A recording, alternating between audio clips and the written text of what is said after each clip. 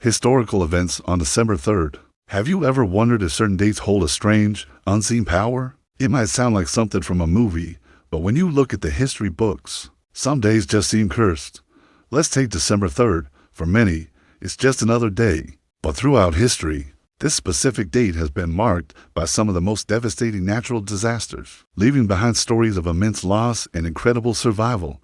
Today, we are going to journey back in time and uncover 3 catastrophic events that all unfolded on this fateful day. From the fury of the earth to the wrath of the sky, the stories of December 3rd are a powerful reminder of nature's unpredictable force. So, buckle up as we explore a day that has repeatedly brought nations to their knees. Our first stop takes us to Indonesia, a country that sits right on the notorious Ring of Fire. On December 3rd, 1813, the island of Sangihe was shattered by the colossal eruption of Mount Awu.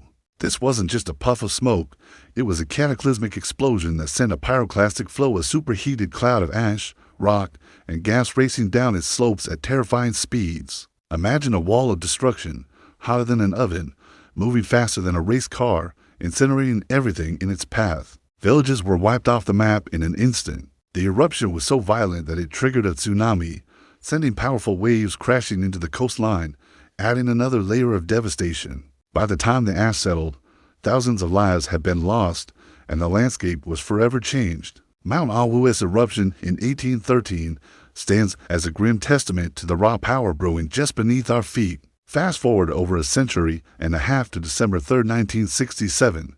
This time, the threat didn't come from below the ground, but from the sky above. The Philippines, a nation accustomed to tropical storms, was about to face one of its worst. Typhoon Ruby, known locally as Typhoon Welming, made landfall, but this was no ordinary storm. Ruby was a monster, packing winds that howled with destructive force, tearing roofs from houses and uprooting giant trees as if they were weeds. The wind was relentless, but the real killer was the water. Torrential rains caused widespread, catastrophic flooding. Rivers overflowed their banks, turning streets into raging torrents and submerging entire communities. Hundreds of people lost their lives, and the damage was immense, leaving countless families homeless and a nation in mourning. Typhoon Ruby served as a harsh lesson on the devastating power of wind and rain when they combine in a perfect storm. Now, let's return to Indonesia, to the same day, December 3rd. But in the year 1992, the island of Flores was about to experience a double disaster that would be seared into the nation's memory. Without warning, a massive 7.8 magnitude earthquake struck just off the coast. The ground shook so violently that buildings collapsed like houses of cards. People ran into the streets in panic, only to face a new, even more terrifying threat. The earthquake had triggered a massive tsunami, a colossal wall of water, in some places reaching as high as an 8-story building, slammed into the shore. It swept inland, carrying away everything: homes, schools, and people. The wave was so powerful it literally scraped some villages clean from the face of the earth. The aftermath was a scene of utter devastation. Over 1,000 people perished in the earthquake and the subsequent tsunami. The Flores disaster was a brutal one-two punch from nature that highlighted the extreme vulnerability of coastal communities. So, what can we learn from these 3 tragedies that all share the date of December 3rd? Mount Awu, Typhoon Ruby, and the Flores earthquake and tsunami are more than just historical footnotes. They are powerful, sobering stories about the forces that shape our planet.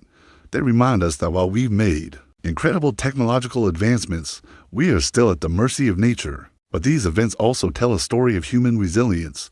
In the wake of each disaster, communities came together to rebuild, to help one another, and to remember those they lost. Studying these events helps us better understand the risks, improve our warning systems, and build stronger, safer communities for the future. History isn't just about the past.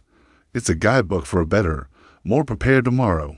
Thank you so much for joining me on this journey through a truly eventful day in history. If you found this story compelling, please hit that like button and subscribe for more deep dives into the events that shaped our world. Let me know in the comments if you know of any other dates with a strange and tragic history. Stay curious, and I'll see you in the next video.